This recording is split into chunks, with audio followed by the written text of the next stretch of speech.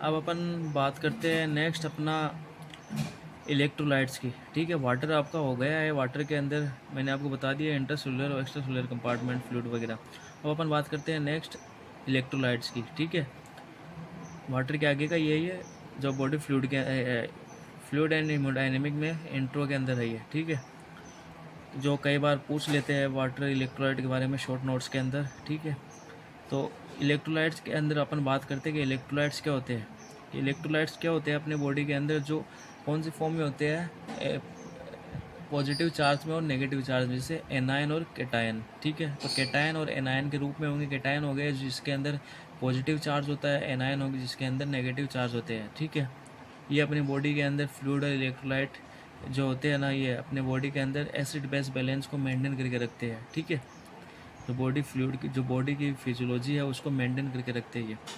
The concentration of cations positive charge. ठीक है, cation कौन से हो गए, positive charge, and the anion negative charge is different in intracellular and extra cellular fluid. ठीक है, तो जो इलेक्ट्रोलाइट्स है ना अपने, जैसे कैटायन और एनायन, ये क्या है, डिफरेंट होते हैं किसमें, इंट्रासेलुलर फ्लूइड में और एक्स्ट्रा सेलुलर फ्लूइड में। ये क्या है, डिफरेंट होते हैं। जैसे आप देखिए, आप इन द इंट्रासेलुलर फ्लूइड,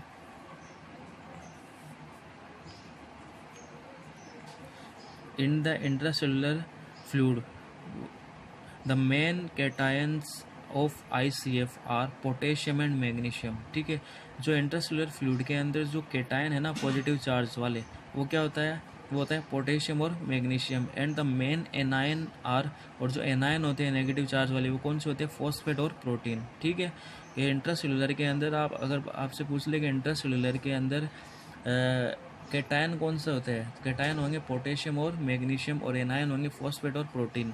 अब बात करते हैं अपन in the extra cellular fluid. Extra cellular fluid के अंदर क्या होगा, the main cation is sodium. एक्स्ट्रा सेलुलर फ्लूइड के अंदर मेन कैटायन कौन सा होगा, सोडियम।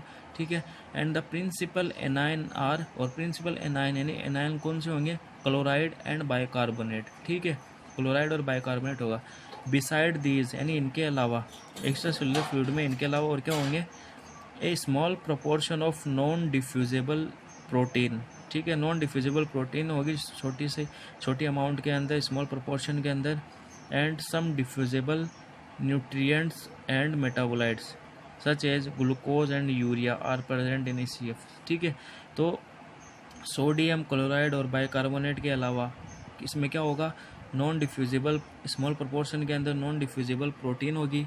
ठीक है, और इसके अलावा सब न्यूट्रिएंट और मेटाबोलाइट लाइक ग्लूकोज और यूरिया भी प्रेजेंट होंगे ECF के अंदर। ठीक है स्टूडेंट्स, अब आगे देखिए the major function of electrolyte are. Electrolyte के मेजर फंक्शन क्या होते हैं। ठीक है, अपन बात कर रहे हैं फंक्शन की, मेजर फंक्शन ऑफ इलेक्ट्रोलाइट्स। तो फंक्शन के अंदर फर्स्ट देखिए, आप इसको आप हेडिंग में डाल लेना इसको। ठीक है, मेजर फंक्शन ऑफ इलेक्ट्रोलाइट्स।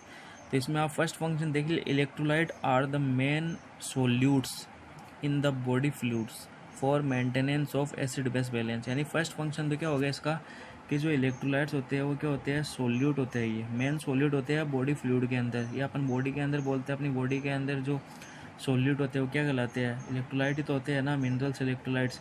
ये क्या करते हैं, अपनी बॉडी के अंदर एसिड बेस बैलेंस को मेंटेन करके रखते हैं। ठीक है, फिर सेकंड है electrolyte maintain the proper osmolality. क्या है, ओस्मोलेलिटी है, OSMOLALITY, osmolality and volume of body fluids. ठीक है, जो इलेक्ट्रोलाइट होते हैं वो अपनी बॉडी की proper osmolality and volume of fluid को मेंटेन करके रखते हैं। ठीक है, जैसे ओस्मोलेलिटी क्या होती है, ओस्मोलेलिटी होती है कि ओस्मोलेलिटी इज द सोल्यूट कंसंट्रेशन है। ये यहाँ पर, ये जो आपको यहाँ पर कॉन्ट्रैक्शन दिख रहा है, ये क्या है, कंसंट्रेशन है। ठीक है, जो ओस्मोलेलिटी क्या होती है, osmolality is the state of osmolality is the solute concentration per KG water. ठीक है, जो ओस्मोलेलिटी होती है ये भी सोल्यूट की कंसंट्रेशन ही होती है ये। ठीक है, और ओस्मोलेरिटी भी होती है। दो टर्म होते हैं देखिए, ओस्मोलेलिटी एंड ओस्मोलेरिटी। जो ओस्मोलेलिटी होती है वो सोल्यूट कंसंट्रेशन होता है, लेकिन वो क्या होता है, पर केजी वाटर के अंदर, यानी उसकी यूनिट को अपन किस में देखेंगे, पर केजी वाटर के अंदर। और जबकि जो देखिए कंपेयर्ड फ्रॉम, ठीक है, आप इसको कंपेयर करते हो ऑस्मोलैरिटी, जो ऑस्मोलैरिटी होती है which is the solute concentration पर लीटर ऑफ सॉल्यूशन है पर लीटर वाटर, ठीक है। तो इलेक्ट्रोलाइट क्या करता है, अपनी बॉडी के proper osmolarity and body fluids को, वॉल्यूम ऑफ बॉडी फ्लूइड को क्या करके रखता है, मेंटेन करके रखता है। उसके अंदर दो टर्म आते हैं, ऑस्मोलैरिटी एंड ऑस्मोलैरिटी। जो ऑस्मोलैरिटी होता है और ऑस्मोलैरिटी होता है दोनों सोल्यूट कंसंट्रेशन होते हैं, लेकिन अगर अपन ऑस्मोलैरिटी की बात करें तो ऑस्मोलैरिटी होती है पर केजी ऑफ वाटर के अंदर और ऑस्मोलैरिटी होती है पर लीटर ऑफ सॉल्यूशन। यानी अपर ऑस्मोलैरिटी को अगर अपन लिखेंगे तो वो क्या होगा, पर केजी ऑफ वाटर लिखी जाएगी उसके आगे की यूनिट, और अगर ऑस्मोलैरिटी की लिखी जाएंगे तो वो लिखी जाएगी पर लीटर ऑफ वाटर सॉल्यूशन। तीसरा फंक्शन देखिए इसका, वाटर इलेक्ट्रोलाइट्स का तीसरा फंक्शन क्या है, concentration of certain electrolyte determine there specific physiological function.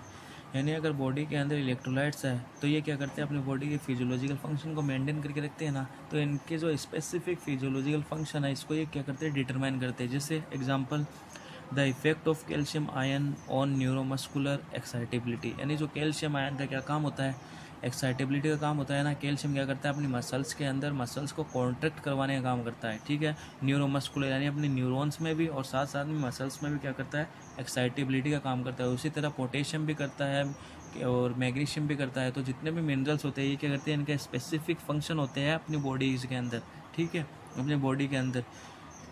तो आगे देखिए, in the concentration of major electrolytes is expressed in milli equivalent per liter, यानी जो द कंसंट्रेशन ऑफ इलेक्ट्रोलाइट, यानी जो अपन इलेक्ट्रोलाइट को एक्सप्रेस करते हैं ना, एक्सप्रेस यानी इनकी यूनिट होती है, ठीक है, वो किस में एक्सप्रेस करते हैं, मिली इक्विवेलेंट पर लीटर, ठीक है, मिली इक्विवेलेंट पर लीटर के अंदर एक्सप्रेस करेंगे। जैसे एग्जांपल, सोडियम का लेवल कितना होता है बॉडी के अंदर, सोडियम का लेवल कितना होगा, 135 से 145 मिली इक्विवेलेंट पर लीटर, ठीक है। तो इनको अपन जो लेवल अपन करते हैं ना, तो वो किस में करते हैं, मिली इक्विवेलेंट पर लीटर के अंदर। जो जैसे पोटेशियम का हो गया, ठीक है, और क्लोराइड का हो गया, ठीक है, इनका अपन किस में करेंगे, जो मेजर इलेक्ट्रोलाइट्स होते हैं उनको अपन किस में शो करते हैं, मिली इक्विवेलेंट पर लीटर के। इनकी यूनिट क्या होती है, मिली इक्विवेलेंट पर लीटर के अंदर अपन इनको एक्सप्रेस करते हैं। जैसे सोडियम होता है 145 मिली इक्विवेलेंट पर लीटर। उसी तरह से क्लोराइड का अलग होता है, पोटेशियम का अलग होता है, ठीक है। फिर आगे देखिए, the disorders of haemodynamic system can be grouped into 3 main categories. यानी अगर हेमोडायनेमिक सिस्टम की बात कर रहे हैं अपन, तो उसमें डिसऑर्डर्स होंगे, कब होंगे वो, जब उसमें कोई डिस्टर्बेंस आएगा, ठीक है। जब भी फ्लूइड और इलेक्ट्रोलाइट के अंदर डिस्टर्बेंस आता है तो अपनी बॉडी के अंदर अपनी बॉडी की फिजियोलॉजी होती है वो क्या हो जाती है, अल्टर हो जाती है, और अल्टर होगी तो वो किस में चेंज हो जाती है, डिसऑर्डर में चेंज हो जाती है, ठीक है। तो इसके अंदर जो डिसऑर्डर होगा हेमोडायनेमिक सिस्टम का, तो किसके अंदर कितने ग्रुप में डिवाइडेड है, 3 मेन कैटेगरीज में डिवाइडेड है। देखिए, फर्स्ट है disturbance of body fluids and electrolyte. अगर बॉडी फ्लूइड्स और इलेक्ट्रोलाइट का डिस्टर्बेंस हो गया तो वो क्या कहलाएगा, एडिमा, तो एडिमा डिसऑर्डर होगा। देखिए, second, disturbance in the volume of circulating blood, ठीक है। अगर वॉल्यूम ऑफ सर्कुलेटिंग ब्लड के अंदर डिस्टर्बेंस हो गया, ठीक है, तो उसकी वजह से क्या हो सकता है, हाइपरेमिया हो सकता है, हाइपरेमिया उसकी या फिर कंजेशन, ठीक है, हेमरेज एंड शोक। यानी मान लो कि अगर ज़्यादा फ्लूइड हो गया तो हाइपरेमिया किसको बोलते हैं अपन, फ्लूइड वॉल्यूम